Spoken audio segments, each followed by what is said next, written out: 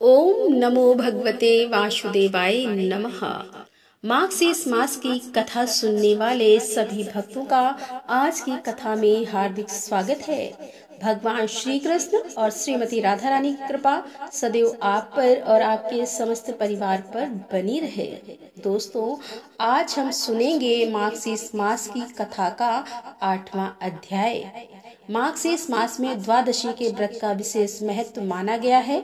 जैसे कि शास्त्रों में इस प्रकार से वर्णन आता है कि मार्गशीर्ष मास की शुक्ल पक्ष की द्वादशी तिथि से द्वादशी व्रत का प्रारंभ करना चाहिए और फिर पूरे 1 वर्ष तक प्रत्येक महीने में आने वाली द्वादशी का व्रत करके और फिर 1 वर्ष के बाद मार्गशीर्ष महीने में ही व्रत का उद्यापन करना चाहिए। तो आज आप जानेंगे कि द्वादशी व्रत किस प्रकार से करना चाहिए, व्रत के नियम क्या होते हैं। स्कंद पुराण के माध्यम से आपको यह जानकारी मैं शेयर करने वाली हूँ। और इससे पहले जैसे कि पिछले अध्याय में आपने जाना कि एकादशी व्रत का उद्यापन, एकादशी व्रत के नियम और एकादशी की रात में जागरण करने का महत्व क्या होता है, तो ये सभी प्रसंग जो आजकल आप लोग सुन रहे हैं ये स्कंद पुराण के माध्यम से सुन रहे हैं। और द्वादशी व्रत का महत्व बताते हुए भगवान श्री कृष्ण ब्रह्मा जी से कहते हैं कि हे चतुरानन, जो द्वादशी के इस महात्म्य को पढ़ता अथवा सुनता है वह सब पापों से शुद्ध होकर सनातन गति को प्राप्त होता है। द्वादशी व्रत के प्रभाव से सदा धर्म पर बुद्धि स्थिर रहती है, मेरे प्रति अत्यंत निर्मल भक्ति का उदय होता है और मनुष्य को पाप नहीं लगता। मार्गशीर्ष मास की शुक्ल पक्ष की द्वादशी तिथि में विद्वानों को प्रातः काल विधि पूर्वक मत्स्य उत्सव मनाना चाहिए। उसकी विधि इस प्रकार है।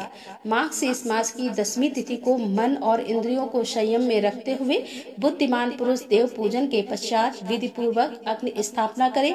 उसके बाद शंख चक्र गदा किरीट तथा पीताम्बर धारण करने वाले सर्व लक्षण लक्षित मुझ प्रसन्न वदर विद गोविंद का ध्यान कर हाथ में अर्घ के लिए जल लें और मुझे सूर्य मंडल में स्थित जानकर उस हाथ के जल से अर्घ दें। उस समय इस प्रकार प्रार्थना करनी चाहिए कि कमल के समान नेत्रों वाले भगवान अच्युत, मैं एकादशी को निराहार रहकर दूसरे दिन भोजन करूंगा। आप मेरे रक्षक हो। तदंतर रात्रि में मेरे विग्रह के समीप बैठकर विधि पूर्वक ओम नमो नारायणाय अष्टम मंत्र का जाप करें। फिर एकादशी को प्रातः काल किसी स्वच्छ जल वाली समुद्र गामिनी नदी के पास जाकर अथवा किसी दूसरी नदी के समीप पहुंचकर इस प्रकार से मंत्रों से प्रार्थना करती है। वहां से मिट्टी लें। मंत्र है भूतानाम देवी सर्वदा तेन सत्यम मे पापम यावन मोजम सुव्रते।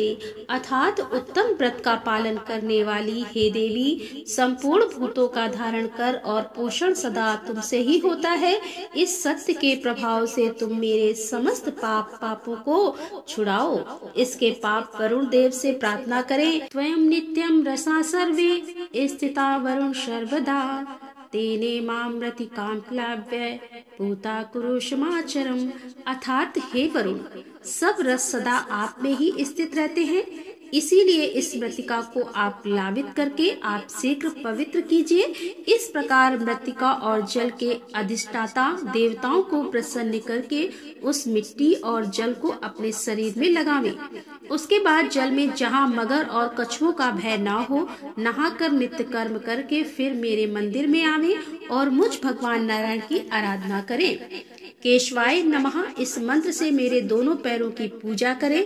इसी प्रकार दामोदराय नमः इस मंत्र से कटिभाग की और नरसिंहाय नमः इस प्रकार से इस मंत्रों के द्वारा घुटनों की और श्री वत्स धारिणी नमः इससे वक्ष स्थल की और कौस्तुभ नाभा नमः इससे कंठ की और श्रीपतः नमः इस मंत्र से हृदय की और त्रैलोक्य विद्या नमः इस मंत्र से बाहु की और सर्वात्मक इस मंत्र से सिर की और रथाधारण नमः इस मंत्र से चक्र की और श्री करराय नमः इससे शंख की और गंभीराय नमः से गदा की और शांतम मूर्तः नमः इससे पद्म की पूजा करें। इस प्रकार सबके स्वामी मुझ देवेश्वर नारायण की पूजा करके मेरे आगे 4 कलशों की स्थापना करें, जो जल से भरे हुए माला से सुशोभित श्वेत चंदन से चर्चित आम पल्लवों से संयुक्त श्वेत मंत्रों से अवगुण तथा स्वर्ण युक्त तिल सहित तांबे के पूर्ण पात्रों से आच्छादित हो।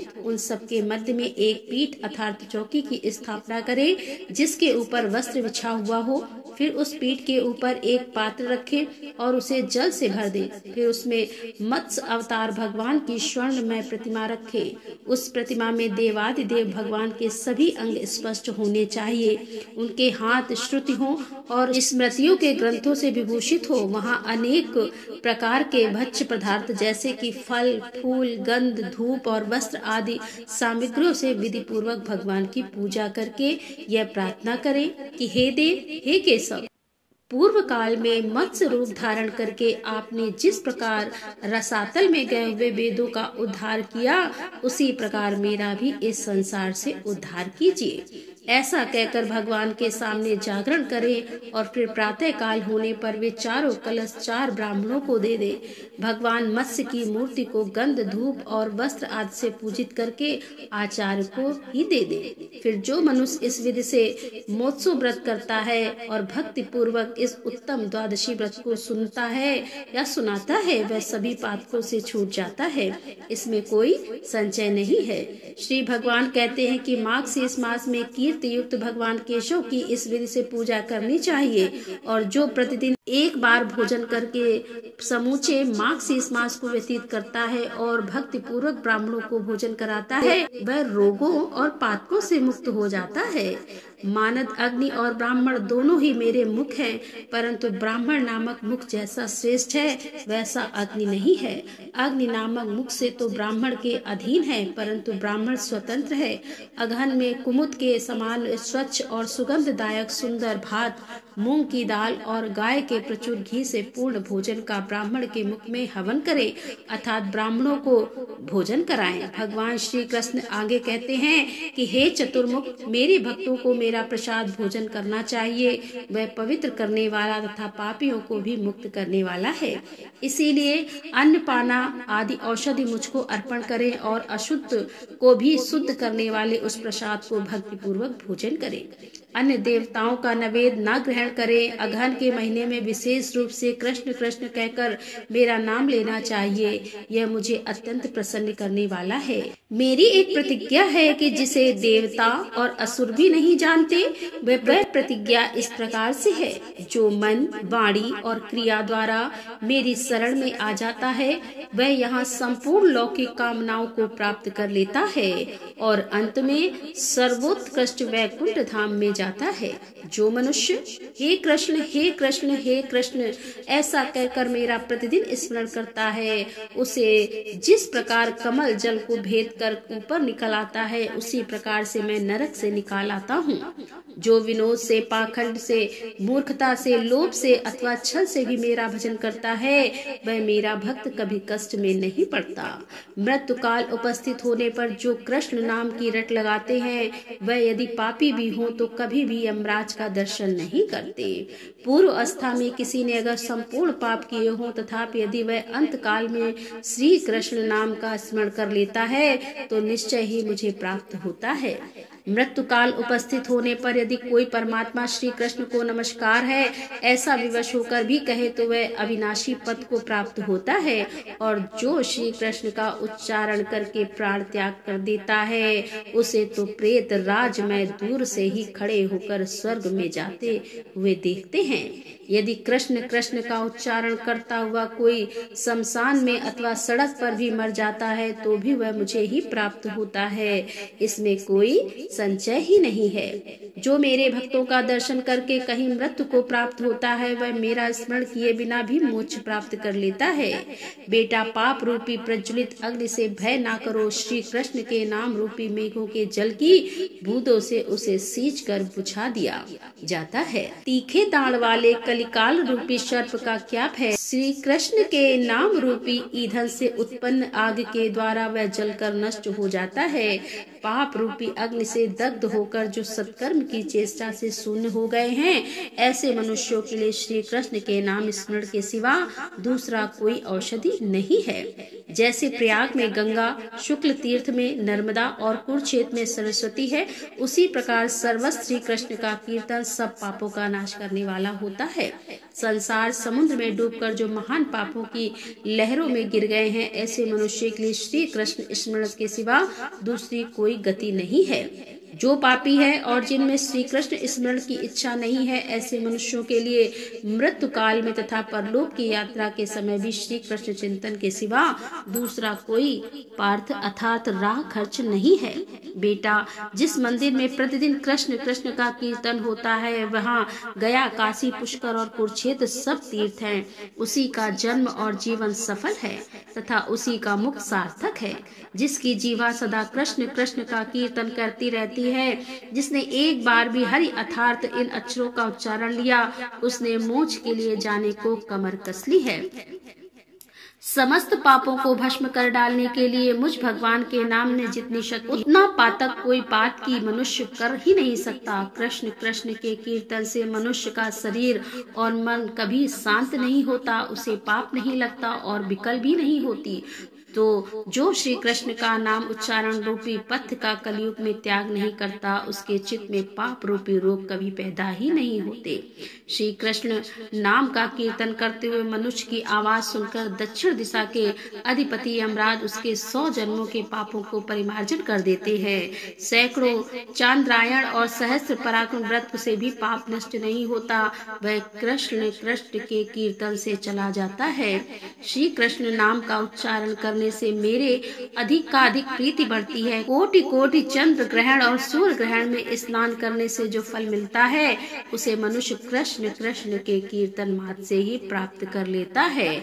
जैसे सूर्य किरणों के ताप से बर्फ गल जाती है, उसी प्रकार श्री कृष्ण कीर्तन से गुरु पत्नी गमन और स्वर्ण की चोरी आदि महापातक नष्ट हो जाते हैं। अगमय गमन आदि महापापों से युक्त मनुष्य भी अंत काल में अगर एक बार श्री कृष्ण नाम का कीर्तन कर ले तो वह उससे पाप मुक्त हो जाता है। और जो जीवा कली काल में श्री कृष्ण के गुणों का कीर्तन नहीं करता, वह दुष्ट मुहा में ना रहे रसातल को चली जाए। और जो कलयुग में श्री कृष्ण के गुणों का प्रयत्न पूर्वक कीर्तन करती है, वह जीवा अपने मुख में हो या फिर दूसरे के मुख में वंदना करने योग्य है। जो दिन रात श्री कृष्ण के गुणों का कीर्तन नहीं करती, वह जीवा नहीं मुख में कोई पापन लता है जिसे जीवा के नाम से पुकारा जाता है। जो श्री कृष्ण कृष्ण कृष्ण श्री कृष्ण इस प्रकार श्री कृष्ण नाम का कीर्तन नहीं करती, वह रोग रूपड़ी जीवा 100 टुकड़े होकर गिर जाए। जो श्री कृष्ण के नाम की इस महिमा का रात काल उठकर पाठ करता है, उसके लिए निश्चय ही मैं कल्याणदाता होता हूँ। जो तीनों संध्याओं के समय श्री कृष्ण नाम के महात्म्य का पाठ करता है, वह जीते जी संपूर्ण कामनाओं को और मरने पर परम गति को प्राप्त करता है। ओम क्लीम कृष्णाय नमः। आज की कथा यही समाप्त होती है। इसके आगे का वृतांत आप कल की कथा में सुनेंगे। और अब आप सुनेंगे लापसी और तापसी की कहानी। इस कहानी के विषय में नारद जी कहते हैं कि इस कहानी को प्रतिदिन सुनना चाहिए। अब नारद जी ऐसा क्यों कहते हैं, यह आपको कहानी सुनने के बाद ही पता चलेगा, तो पूरी कहानी को ध्यान से सुनिए। एक गांव था जिसमें 2 भाई रहते थे। एक का नाम था लापसी और दूसरे का नाम था तापसी। तापसी हमेशा भगवान की तपस्या में ही लगा रहता था और लापसी सवा सेर की लापसी अर्थात पतला सा हलवा बनाकर पहले भगवान को भोग लगाता, फिर उसे खा लेता। बाकी पूजा पाठ में मंत्र जप में उसे कोई मतलब ही नहीं था। पूजा का मतलब उसके लिए सिर्फ भगवान को भोग लगाना था और भोग लगाने के बाद उस भोग को प्रसाद स्वरूप खा लेता था। तो दोनों के जैसे नाम थे वैसे ही गुण थे। तापसी तपस्या में लीन रहता था और लापसी हलवा बनाकर भगवान को भोग लगाकर खाने में। लेकिन दोनों भाई अपने आप को भगवान का सबसे बड़ा भक्त मानते थे। एक दिन दोनों आपस में ऐसे ही बातें कर रहे थे कि मैं भगवान का सबसे बड़ा भक्त हूँ, और फिर दूसरा भाई कहता है कि मैं सबसे बड़ा भक्त हूँ भगवान का, और उसी बात पर दोनों भाई आपस में लड़ने लगे। तापसी बोला, मैं भगवान की रोज तपस्या करता हूँ, इसीलिए मैं बड़ा भक्त हूँ। अब इस बात पर लापसी भी कहाँ चुप रहने वाला था। तापसी बोला कि मैं भगवान को रोज शेर लापसी का भोग लगाता हूँ, इसीलिए मैं भगवान का सबसे बड़ा भक्त हूँ। संयोग बश नारद जी वहाँ से उसी समय गुजर रहे थे। उन्होंने इन दोनों को लड़ते हुए देखा तो कारण पूछा। फिर दोनों भाइयों ने नारद जी को खुद को बड़ा भक्त होने का कारण बताया। तापसी ने कहा, मैं सारा दिन भगवान की तपस्या करता रहता हूँ, इसीलिए मैं बड़ा भक्त हूँ। और लापसी कहने लगा कि मैं तो भगवान को प्रतिदिन 1.25 सेर लापसी का भोग लगाता हूँ, इसीलिए मैं बहुत बड़ा भक्त हूँ। नारद जी ने उन दोनों को सुना और फिर उन दोनों से कहा कि मैं तुम्हारी भक्ति का फैसला कल करूंगा। दूसरे दिन स्नान इत्यादि करने के बाद लापसी और तापसी अपनी अपनी भक्ति दिखाने के लिए निकल पड़े। तो नारद जी ने चुपके से 1.25 करोड़ की एक एक अंगूठी दोनों के रास्ते में ऐसे रख दी कि उनकी नजर उस अंगूठी पर पड़े। उन्हें ऐसा लगे कि किसी की कीमती चीज गिर गई है। तापसी की नजर जब उस अंगूठी पर पड़ी तो चुपचाप उसने अंगूठी उठा ली और जब तप करने लगा तब उसने वह अंगूठी अपने घुटनों के नीचे दबा ली और फिर मन ही मन सोचने लगा कि आज तो बड़ी कीमती चीज हाथ लग गई है, अब तो लापसी की सारी हेकड़ी निकाल दूंगा, क्योंकि यह अंगूठी तो काफी कीमती लगती है। इसे बेचने से बहुत सारा धन मिलेगा, जिससे मैं यज्ञ करूंगा और अपने आप ही बड़ा भक्त बन जाऊंगा। लापसी की नजर भी रास्ते में पड़ी हुई अंगूठी पर पड़ी, पर उसने उस पर ध्यान ही नहीं दिया। भगवान को भोग लगाकर लापसी खाने लगा। लापसी को भी रत्न जड़ित अंगूठी दिखी थी, पर उसने सोचा कि यह मेरे किस काम की है। इसे कोई भी अगर मेरे पास देखेगा तो मेरी गर्दन काट देगा और इसे ले जाएगा। ऐसा विचार करके उसने अंगूठी को अनदेखा कर दिया। जब नारद जी सामने आए तो दोनों ने पूछा, बताइए देवर्षि, हम दोनों में से कौन बड़ा भक्त है? तब नारद जी ने तापसी को खड़े होने को कहा और पूछा कि तेरे घुटने के नीचे क्या है? जब तापसी खड़ा हुआ तो उसके घुटनों के नीचे दबी हुई अंगूठी दिखाई पड़ी। नारद जी तापसी से बोले, इतनी तपस्या करने के बाद भी तुम्हारी चोरी की आदत नहीं गई। तुमसे तो लापसी ही बड़ा है और तुम्हें तुम्हारी तपस्या का कोई फल भी नहीं मिलेगा, क्योंकि तुम्हारा ध्यान तो चोरी की तरफ था।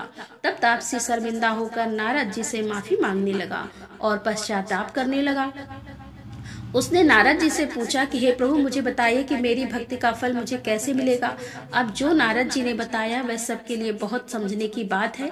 नारद जी ने कहा कि अगर कोई किसी भी दिन गाय और कुत्ते की रोटी नहीं बनाएगा तो उसका संपूर्ण सुफल जो है वह तुझे प्राप्त होगा। मतलब जो भी पुण्य वह करेगा व्यक्ति उसका फल तापसी को मिल जाएगा, और अगर कोई ब्राह्मण को भोजन कराकर दक्षिणा नहीं देगा तो उसका फल भी तुझे मिलेगा। यदि कोई साड़ी किसी को दे और उसके साथ उसका ब्लाउज ना दे तो उसका भी जो पुण्य फल होगा वह तुझे मिल जाएगा। यदि कोई एक ही दिए से दूसरा दिया जलाए तो उसका भी जो पुण्य फल होगा वह तुझे मिल जाएगा। और अगर कोई सारी कहानी सुने लेकिन तुम्हारी कहानी ना सुने तो उसका भी जो पुण्य फल होगा वह तुम्हें ही मिल जाएगा।